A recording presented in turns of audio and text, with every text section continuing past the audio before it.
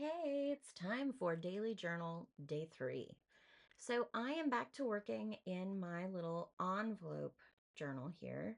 I'm trying to figure out where I want to work. I want to basically prep some pages that I can, um, add a background and get a little bit more going on the page than just this gessoed surface. The gessoed surface is nice. It's a very thin layer. I'm actually working with one that I recently decided to try called Sludge. Yes, that's right. Sludge gesso by Try Art. It's a gesso that has got some like reharvested paint particles, I think, in it. That gives it sort of a grayish color. And it's really neat, but it is not super, super opaque. I usually need to use more than one coat if you want some opacity. I really just initially started with it as a way to prep the paper for anything else I might do to it. So in this case, I have decided that I am going to collage a background. um, I have grabbed a few pieces of papers from my rather large stash of little collagey bits.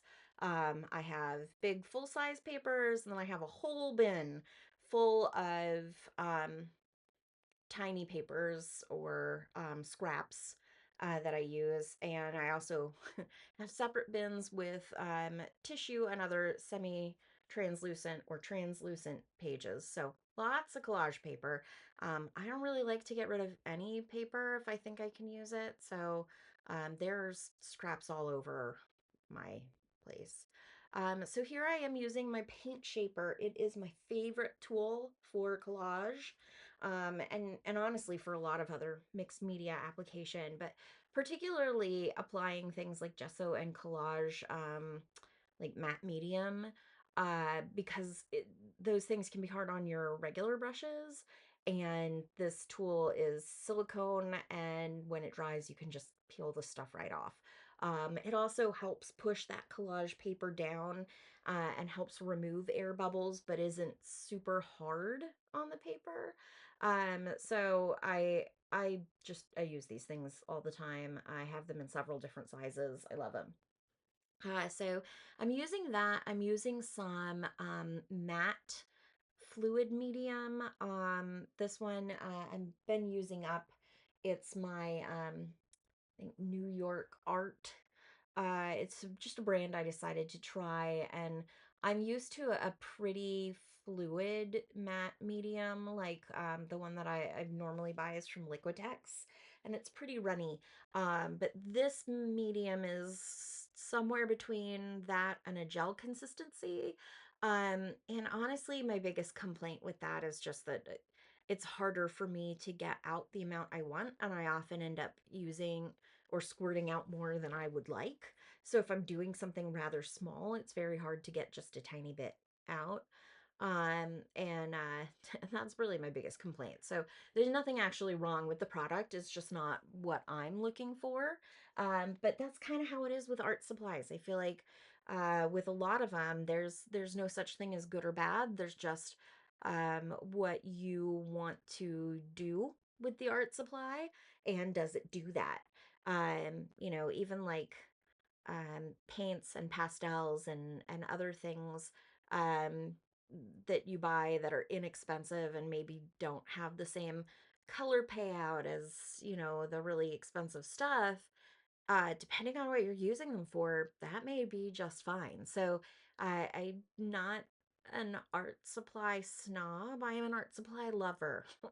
I love all of them all the time. And then the ones that I use regularly really just are the ones that, um, I think work best for what I'm trying to do or make me the most excited or inspired. So, I really am just, this is a good one for us to have sped up and voiced over because I really am just grabbing stuff as I see it and slapping it down. And that is really how I like to collage, at least for backgrounds and things. If I'm doing a collaged art piece where I'm like using paper to create a specific composition. I am much more measured and careful and take more time and audition different layouts and things. But when I'm just taking papers that interest me and putting them on a background that I know is then going to get covered up with, gesso or paint or other art supplies or other art techniques, I don't need to spend that time worrying about things like composition. And I try really hard not to be super precious with my papers. And that's just one of those things that I have forced myself into over the years. I'd love to say that it's something that I've learned or some sort of deep philosophy that I hold dear. But the truth is that for years, I was a perfectionist and I hoarded everything I liked because I was constantly worried that I was going to use it in a way that wasn't the best way or didn't turn out perfectly and that it was going to be a waste. And I no longer believe that that is possible.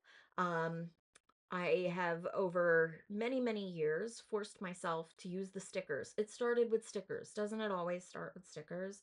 I had a sticker book. I had probably two or three sticker books.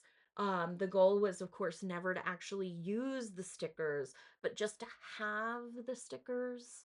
And then it just escalated from there, years of getting some sort of art supply or paper or the notebooks, the gorgeous, gorgeous notebooks that then you can't write in because as soon as you write in them, your silly, stupid little thoughts are going to sully the perfect, perfect notebook.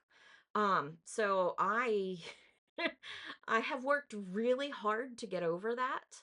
Often it is a process of both this journaling project adventure that we're doing here right now, where I create my own books and use junk and other things to create journals and art surfaces for myself, to take the preciousness out of things. But also, I have collected a lot of things, and now I want to use them. I don't. If I save them forever, they're great. But like I don't even get to look at them because I got them in shelves and bins. So the goal now is to use the stuff I like. And frankly, um, I make art I like a lot more often when I use stuff I like to make that art. I know who would have guessed.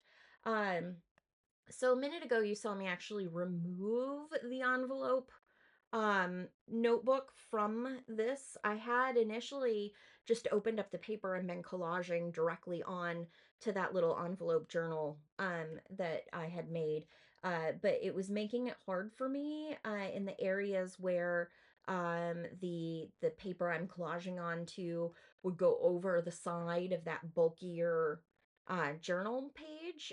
So the lovely thing about the envelope journal is that these papers are things I've just slid into the journal pockets. So I can take the papers out and work on them.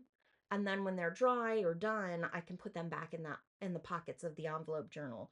It's also, if you're going to use it for collage, you can take your collage fodder, your ephemera, your different pieces of paper, stick them in those envelope pockets, and then have them ready when it's actually time to collage. So that's another thing I really like about that particular style of journal. I will be making more because I think that that's a really neat thing about them. This was just one I threw together as part of an online event. I did the Art Oasis event with Jessica Swift uh, last week, and Karen Abend had shown us how to make these envelope journals, and I just grabbed the closest envelopes I could find. Because yes, I have a folder in my file cabinet that's just full of envelopes. Because normal people have file folders of envelopes, and those were the first ones I grabbed. So that's what made my journal. So I just moved that out of the way, and now it looks like I'm tidying up my pieces because I've got the entire surface covered. Worth noting, yes, there's a face there. I had done some other session with someone where we sketched a bunch of faces and then ripped up the paper to use it as collage fodder. And this was one of the leftover faces. So that's on there. I've got a leaf that I jelly printed. And yes, those are the words peacock spider. And that's because I had been drawing some spiders. Um, my husband and I had been talking about sometimes we like to dream about creating our own board games, and I want to do the art. And I had this idea for a board game.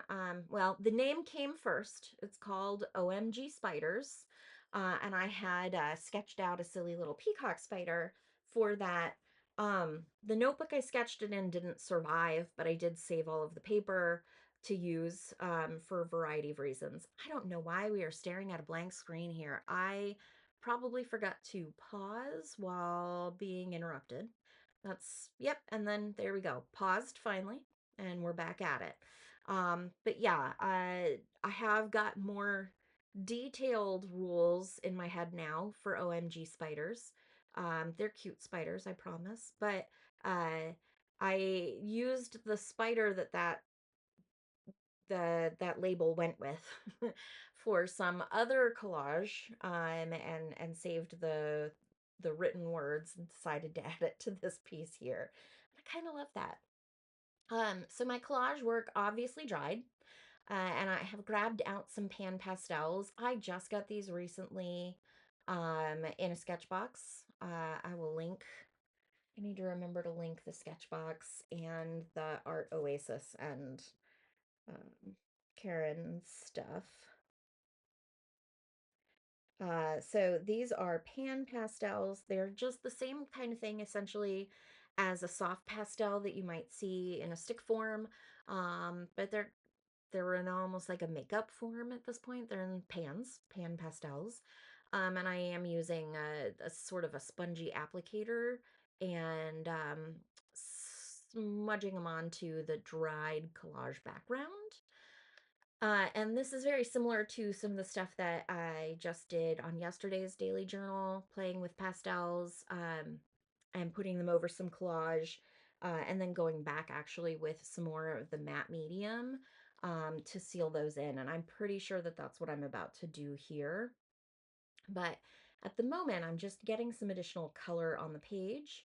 And this really is the primary colors. Essentially, I know we generally think of them as blue, red, and yellow. And that's probably not the blue you had in mind. That's definitely not the red you had in mind. But when you think of your like printer toner, the CMY, that is cyan, that's the blue, yellow, and the M is magenta. And that actually gives you, if you ever mixed your blue and red together, your blue and your red together, and then wondered what that color was, because it definitely didn't look like purple to you, that is usually why. So when you use the magenta, you get much closer. And now I've grabbed out a watercolor palette, and that's right, I did this before I did any other sealing. I thought it'd be a lot of fun to go over other areas of the collage with watercolor, and also to activate some of that pastel with the watercolor, because that pastel is just pigment. So it's mixing in with the teal watercolor I'm using here, and I'm getting, like, especially in these yellow pastel areas, I'm getting some lovely greenish shades coming up, which is just a lot of fun. These are core watercolors. I initially got this palette um, uh, out from eBay. Someone was selling some used watercolors, and I love to get used art supplies from eBay so that I can try things. And I can, like, really try more than just a color from brand. Um, so that was the core QOR watercolors, and I love them. They are very vibrant. And so now I've got out some white gesso, and I am applying that here. I'm not going to cover everything totally. I definitely want the color and the texture and everything both from the papers and from the watercolors to show through. But I want to bring these pieces together, get a little bit more cohesion between everything, and also mute it just a bit so that everything gets a little bit more blended and it's a little bit easier to work on top of. That is just some Liquitex Basics gesso. I like it quite a lot. I am planning when this one runs out, or the next time I do an art splurge, I am planning to actually get another brand or two. I like to play around with different brands of things that I use a lot of, just to see what I can find, and what thing I love the most. But the Liquitex Basics is doing a perfectly good job. I've got no complaints. I really do like it. So looks like I'm still smoothing this out just a little bit, getting a little bit more gesso on there. Um, and yeah, by the way, that paper behind everything is deli paper. So that's just like a coated sort of paper that helps keep paint and the gel medium from sticking things together. And now I've grabbed a stencil. This is a Tim Holtz stencil. And I've got this stuff that I think is called Design Cream, excuse me, by Folk Art. I got that stuff on sale at Michael's, and I will be honest, it is very, very thick and very hard to work with, even with this. Yeah, granted, it's a plastic palette knife that I used at first. I'm about to grab a metal palette knife, sort of same thing. Like I really have to stabilize that knife, so that I'm pushing that cream down into that stencil. And I don't know if it's normally this texture. I got the creams on sale, in the clearance section, and there's a third color that I got that seems softer and much more pliable than these two. They are very stiff and hard to press down and work with, but honestly, the result is really cool, so I don't care. It's doing what I want it to do in the long run, which is give me some really cool colored texture. And so I've just got this like neat, grungy texture on these pages now, using that sort of like lavender blue color and this yellow, and mixing them a little bit too. I find I really like the way that they work independently as colors, but especially together. And I like the colors on top of all of the pastel and watercolor we used. And finally, I've got some stamps, Dina Wakley stamps here. A lot of my stamping that I do in things like junk journaling to make ephemera, but I've got a few that I really love as just art stamps. And I also make a lot of my own stamps, which I will definitely be showing you in the future because that is one of my favorite things. But in this case, I just stamped a couple things in some light gray just to give some additional interest on the page. And that's it. Thanks for watching. Don't forget to like and subscribe, and hit that bell if you want to see more. Thanks.